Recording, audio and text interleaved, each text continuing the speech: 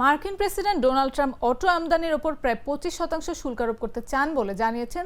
তাছাড়া ক্ষমতা গ্রহণের আগে থেকে বাণিজ্য ঘাটতি কমাতে বিভিন্ন দেশ থেকে আমদানি করা পণ্যের ওপর শুল্ক আরোপের কথা বলেছেন ট্রাম্প। হোয়াইট হাউসে আসার পর যা তিনি কার্যকর করা শুরু করেছেন। ট্রাম্প জানিয়েছেন 2 এপ্রিল থেকে অটোমোবাইলের ওপর শুল্ক আরোপ করা হতে পারে। বাণিজ্য ব্যবস্থা ঢেলে সাজাতেই তিনি এই পদক্ষেপ নিচ্ছেন। ফ্লোরিডার মারে লাগোতে সাংবাদিকদের ট্রাম্প বলেন, ওষুধ ও সেমিকন্ডাক্টর চিপের ওপর সেক্টরাল শুল্ক 25% বা তার বেশি থেকে শুরু হবে। তবে এই শুল্ক ঠিক কবে থেকে শুরু হবে তা নির্দিষ্ট করে বলেননি তিনি।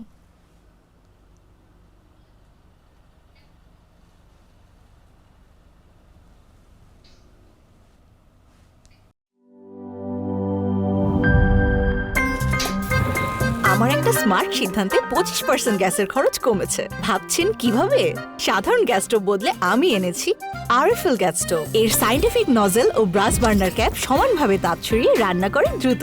তাই গ্যাসও বাঁচায় 25%, টাকাও বাঁচে 25%। আরএফএল গ্যাস স্টোভ, নিরাপদ ও গ্যাস সাশ্রয়ী।